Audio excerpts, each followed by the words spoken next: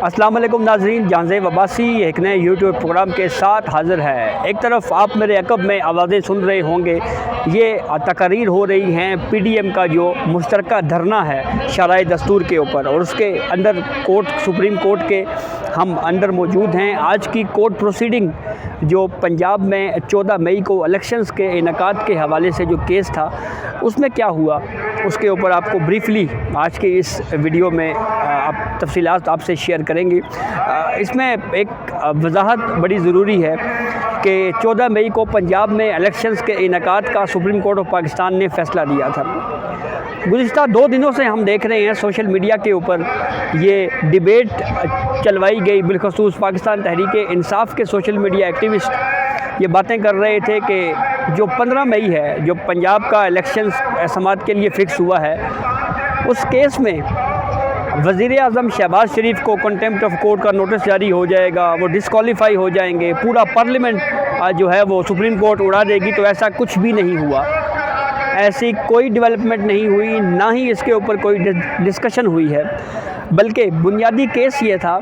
कि election commission ने उस 4 अप्रैल के फ़ैसले के ख़िलाफ़ सुप्रीम कोर्ट में रिव्यू फ़ाइल किया हुआ था कि 14 मई का जो आपने पंजाब का में इलेक्शन करवाने का फ़ैसला दिया है, वो फ़ैसला दुरुस्त नहीं है। आज की कोर्ट प्रोसीडिंग के दौरान कुछ observations chief justice of Pakistan की जानिब से दी गई, जबकि दीगर 2 जजेस, हम ख्याल बेंच पूरा ही है बहरहाल, लेकिन जो दीगर 2 हम ख्याल जजेस हैं, जस्टिस मुनीब अख्तर और जस्टिस एजाजुल एहसन, वो पूरी कोर्ट प्रोसीडिंग के दौरान मुकम्मल खामोश रहे। उनकी तरफ से कोई ऑब्जर्वेशन, कोई रिमार्क्स, कोई सवाल नहीं पूछा गया। और तीसरी अहम चीज़ हमने कोर्ट प्रोसीडिंग के दौरान ये देखी कि जब कोर्ट प्रोसीडिंग चल रही थी तो उस वक्त कमरा अदालत नंबर 1 में जो 3 रुकनी खसूसी बेंच चीफ जस्टिस की सरबराही में इस केस पर समाअत कर रहा था,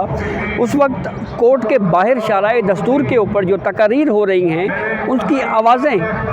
कोर्ट रूम के अंदर भी सुनी जा सकती थी आसानी के साथ कि बाहर कोई लोग बैठे हुए हैं, हजूम हैं। एग्जैक्ट जो एंट्री गेट है जजिस का, वहाँ पे इस वक्त अब जो धरना दिया गया है, जो मेन कंटेनर है, वो एग्जैक्ट जजिस एंट्री गेट के ऊपर इस वक्त खड़ा है। कोर्ट प्रोसीडिंग के ऊपर आते हैं। केस की समाअत का आगाज़ हुआ तो सुप्रीम कोर्ट बार एसोसिएशन के सेक्रेटरी रोस्टम पर आए। उन्होंने कहा जी कि हम चीफ जस्टिस ऑफ पाकिस्तान से इज़हार यकजहती करते हैं। ये अलग बात कि सुप्रीम कोर्ट बार एसोसिएशन के अपने अंदर इख्तलाफात इस मामले के ऊपर मौजूद हैं। फिर उसके बाद इलेक्शन कमीशन के वकील रोस्टम पर आए, सरजील सवाती, उनकी तरफ से ये दलाइल दिए गए कि जो फैक्चुअल जजमेंट है उस हद तक तो हम बात करेंगे, लेकिन कुछ लीगल पॉइंट्स भी हैं। इसके ऊपर चीफ जस्टिस ऑफ पाकिस्तान ने ये कहा कि देखें, आप इस वक्त ये आर्ग्यूमेंट्स दे रहे हैं, ये दलाइल दे रहे हैं, लेकिन ये रिव्यू में आप जो आर्ग्यूमेंट्स कर रहे हैं, ये आर्ग्यूमेंट्स तो वफाकी हुकूमत को करने चाहिए और वफाकी हुकूमत को इसके ऊपर रिव्यू फ़ाइल करना चाहिए। और फिर इसके ऊपर जब ये ऑब्जर्वेशन दी गई, फिर उसके बाद चीफ जस्टिस ऑफ पाकिस्तान ने ये भी कहा कि देखें, जो रिव्यू है उसका स्कोप बड़ा महदूद होता है। फिर आए एडवोकेट अली ज़फ़र, पाकिस्तान तहरीक-ए-इंसाफ के वकील। उन्होंने ये कहा कि देखें जी, आइन ने 90 दिन में इलेक्शंस का कहा हुआ है, इलेक्शन नहीं करवाए जा रहे और ये आइन का कत्ल हो रहा है। इसके ऊपर चीफ जस्टिस ऑफ पाकिस्तान ने बड़ी ही दिलचस्प और मायने खेज ऑब्जर्वेशन दी। चीफ जस्टिस ऑफ पाकिस्तान ने एक जजमेंट का हवाला दिया और वो केस था अजमल मियाँ ने कोई फ़ैसला दिया था, और ये कहा कि उस फैसले में सुप्रीम कोर्ट ये होल्ड कर चुकी है कि जब जंग होती है, जब कोई मुआशरा जंग ज़दा हो जाता है, जब नक्शे अमन होता है, तो ऐसी सूरत हाल में जो लॉ होता है वो खामोश हो जाता है, कानून खामोश हो जाता है। और फिर चीफ जस्टिस ऑफ पाकिस्तान ने यह भी कहा कि देखें, इंतखाबात का अगर पुरअमन माहौल ना हो, अगर अमन ना हो माशरे में और इंतखाबात हो जाएं, तो ऐसी सूरत हाल में उन इंतखाबात के नताइज को तस्लीम कौन करेगा। चीफ जस्टिस ऑफ पाकिस्तान ने ये ऑब्जर्वेशन भी दी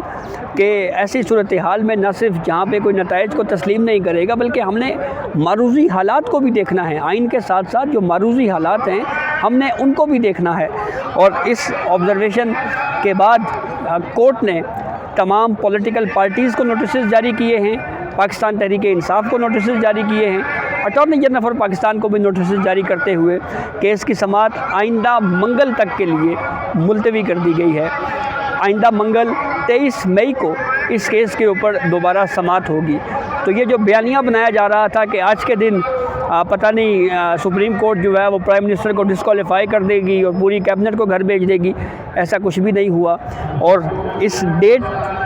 पढ़ने से ये एक पहलू नुमायाँ होता है कि इलेक्शन जो 14 मई को होने थे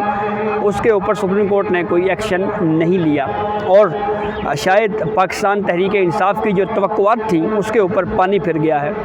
जिस अंदाज में ये कोर्ट प्रोसीडिंग का आगाज़ किया गया है, जो अदालती कार्रवाई चलाई गई, इसके ऊपर